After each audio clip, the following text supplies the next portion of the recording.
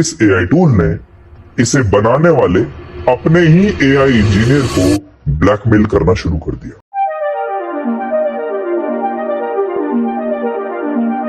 दिल्ली, सुबह के 8 बज रहे हैं, लोग काम पे जा रहे हैं और बच्चे स्कूल जा रहे हैं और हर हाथ में एक स्क्रीन, एक feed, curated, filtered and designed. Bharat के बच्चों में फैल रही एक और नई और खतरनाक बीमारी को आपके लिए डिकोड करेंगे।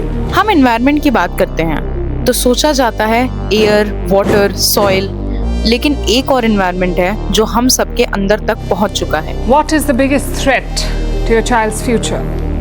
Climate change, wars, an unstable economy? ये डिजिटल एनवायरनमेंट है और ये उतना ही पावरफुल है और उतना ही थ्रेटनिंग। इस डॉक्यूमेंट्री में हम देखेंगे 2 वुल्व्स जो इस डिजिटल एनवायरनमेंट से जन्म लिए हैं।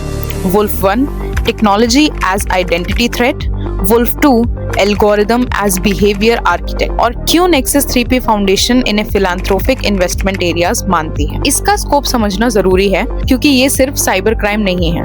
एआई वॉइस क्लोनिंग, 3 सेकंड की ऑडियो से कोई भी आपकी आवाज क्लोन कर सकता है। एक इंस्टाग्राम स्टोरी, एक वॉइस नोट और आपकी आइडेंटिटी किसी के भी हाथ में है। इंडिया में 2024 में एआई रिलेटेड फ्रॉड केसेस में 300% की बढ़ोतरी देखी गई। हर एक इंसिडेंट में ट्रस्ट का एक पीस टूट जाता है। ट्रस्ट जो फैमिली रिलेशनशिप्स को जोड़ता है, ट्रस्ट जो इंस्टीट्यूशंस पे होता है, ट्रस्ट जो समाज को चलाता है। जब एक बेटे की आवाज में एक एआई अपने ही पिता को कॉल करता है और पैसे मांगता है, पापा मैं बोल रहा हूँ, मुझे अर्जेंट पैसे चाहिए, तो ये सिर्फ एक क्राइम नहीं है, ये एक एआई वॉइस स्कैम है। क्योंकि ट्रस्ट, सोशल ट्रस्ट एक इनविजिबल इंफ्रास्ट्रक्चर है। इसको तोड़ना एक पोल्यूशन है, एक अलग तरह का पोल्यूशन। और डीप फेक्स, इंडिया में पॉलिटिकल डीप फेक्स 2024 इलेक्शंस के दौरान वायरल हुए।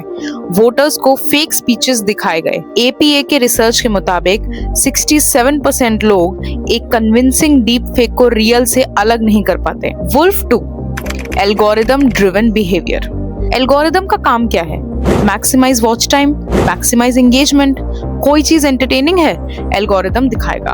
कोई चीज एक्यूरेट है, एल्गोरिदम को उससे कोई फर्क नहीं पड़ता। बीएमजे के एक 2024 की स्टडी में यूट्यूब के टॉप 100 हेल्थ वीडियोस एनालाइज किए गए। 27 वीडियो में सिग्निफिकेंट मेडिकल मिस इन्फॉर्मेशन थी।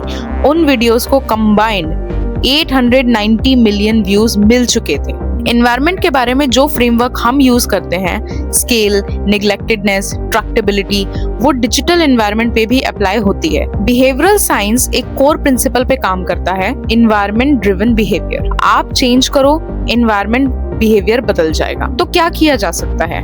कुछ चीजें ऑलरेडी प्रूवन है। पहला, फ्रिक्शन बाय डिजाइन।